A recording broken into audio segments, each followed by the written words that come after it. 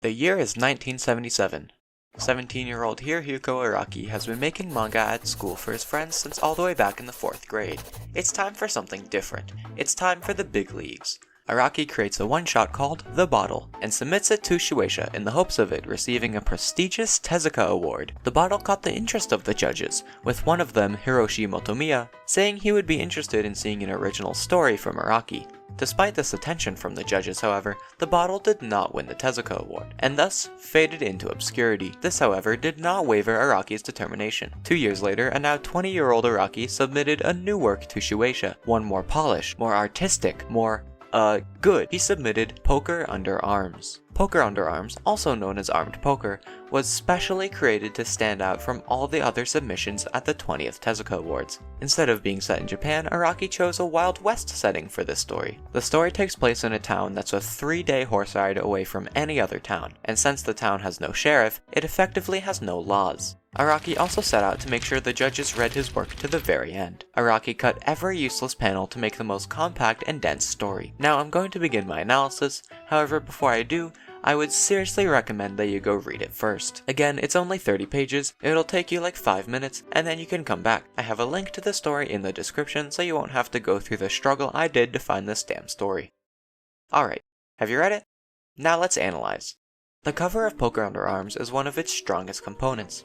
It depicts a faceless man being shot down out of his chair during a game of poker. This cover lets you know that this story will not be lighthearted, as the cover literally depicts a murder, and it also stands out from the other participants of the Tezuka Awards by not just having a large shot of the main characters. Instead, it has a large shot that tells its own story, and secondly shows the characters within a smaller frame. The scene also has many items scattered throughout the page as a result of the gunman toppling over in his chair. These items include a hat, a gun, a bottle, some coins, and a bunch of playing cards. These sporadically placed items not only create an exciting sense of chaos, but they also make the page feel less empty in what would have otherwise been a very simple shot. The items also serve a second purpose, however, the playing cards in particular creating portraits depicting our two main characters in the story, Don Peckinpah and Mike Harper. This way of showing the protagonists is very clever and creative. This cover sets an incredible impression for the rest of the story.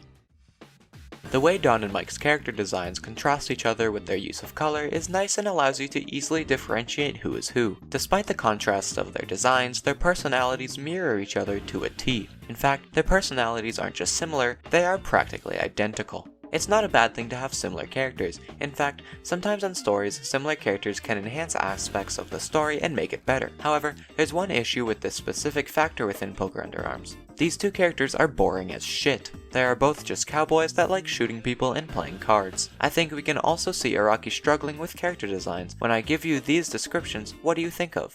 If there was ever a man born evil, this man is him. He's done any evil thing he could. You probably thought of some super evil guy, right? Someone like Darth Vader or even Dio. But apparently what Araki envisioned from these descriptions is this. Okay, now I'm being a little harsh here. Don Peckinpah is evil and there are some great panels showing his malice, but a vast majority of the time I cannot take him seriously as a supposed evil person. I guess cowboys in my head are already presumed to have killed people, so I don't really see that as evil. I guess I just expected a little more malice and corruption from him. Mike Harper on the other end I think has the better design of the two. Clearly Araki thought the same thing, as he would create a character very similar to him design-wise with Robert E.O. Speedwagon 7 years later. There's another character that appears at the beginning of the story, but we'll get back to him later. Now, in the intro, I said that Araki cut every useless panel to make the most compact and dense story. He went from an original 100-page manuscript to a 30-page final draft. He cut roughly 70% of the information in the story. This decision was a great idea for the Tezuka Awards, because since it was so short, the judges would have no reason to drop his story halfway through. But on the other hand, I think cutting it so much doesn't give the story much room to breathe. I decided to conduct an experiment. In the 30 pages of Poker Under Arms, there are 225 panels. I then went to the second chapter of Steel Ball Run that also had the same number of pages, but only 127 panels. Doing some basic math, we can see that Poker Under Arms has an average of 7.5 panels per page, while the chapter of JoJo has an average of 4.2. My point is, Poker Under Arms is incredibly dense and fast-paced, but it also feels more direct and less artistic. In many of the panels, Araki often neglects to draw the background for close-ups of characters. This isn't always a bad thing. Sometimes conveying the tone of the story is more important than preserving continuity. However, in this story, I feel it happens way too much and makes the story feel closer to a dream than a real grounded story. Meanwhile, in this chapter of JoJo, it also has its fair share of backgroundless panels, but it makes up for them by doing it not only much less, but also having large wide shots of the background/landscape so we get a feel and really ground the characters to a setting in the story. Poker Under Arms could have benefited from a few wide shots of the saloon so we are more aware of our characters' surroundings. This is why I believe making the story so compact may have made it fit better for the Tezuka Awards, but in the end may have made it more difficult to read. At the beginning of the story, we see a rich old man setting up a picnic outside. This man is interesting because he talks directly to us, the reader, breaking the fourth wall. He's sort of like our narrator, as he is actually the one telling us the story of these two gunmen. He pours himself a bottle of wine, takes a seat, and begins telling us our story. When I first read this page, it reminded me a lot of that talking snowman at the beginning of the old Rudolph the Red-Nosed Reindeer movie. See the resemblance? This isn't the last we see of this character, as he appears again in the story itself, which makes sense because he did say he witnessed it with his own eyes. A little over halfway through the story, a drunk old man who seems to know Don Peckinpah asks him for some spare change. So this man seems to know Don Peckinpah by name. However, I looked through the manga and it doesn't appear Don has any idea who this man is at all. He only repeatedly tells him to go back to his shithole, which seems like he just assumed he's poor and potentially homeless from his appearance. So it's very peculiar that this man knows Don, but Don doesn't know him. Interesting. This man continues to annoy Don to the point where he shoves him against a wall and shoves a glass down his throat. This man then walks away crying while other people at the saloon laugh at him. Now if you haven't noticed it yet, then don't feel bad about yourself. I didn't notice it on my first read, but yeah, this drunk old man is the same old man from the beginning. I don't know how I didn't realize that on my first read, but yeah, they're the same person.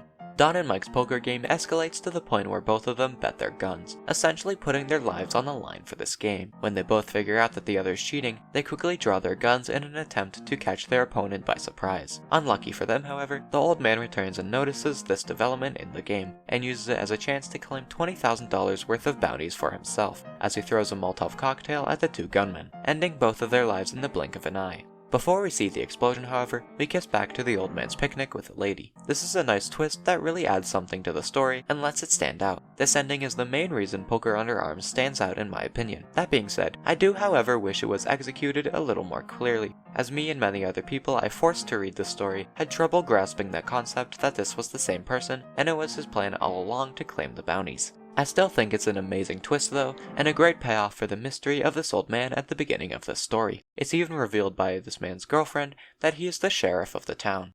Despite the flaws of Poker Under Arms, it's still an absolutely phenomenal beginning to a mangaka's career, and clearly the judges of the Tezuka Awards thought this too, because for the 20th Tezuka Awards, Poker Under Arms and Hirohiko Araki was awarded the runner-up Tezuka Award. That award finally made him recognized by Shueisha and other large companies in the manga industry. This award finally set his career in motion, and is the beginning of one of the greatest mangaka of all time. Thanks for watching.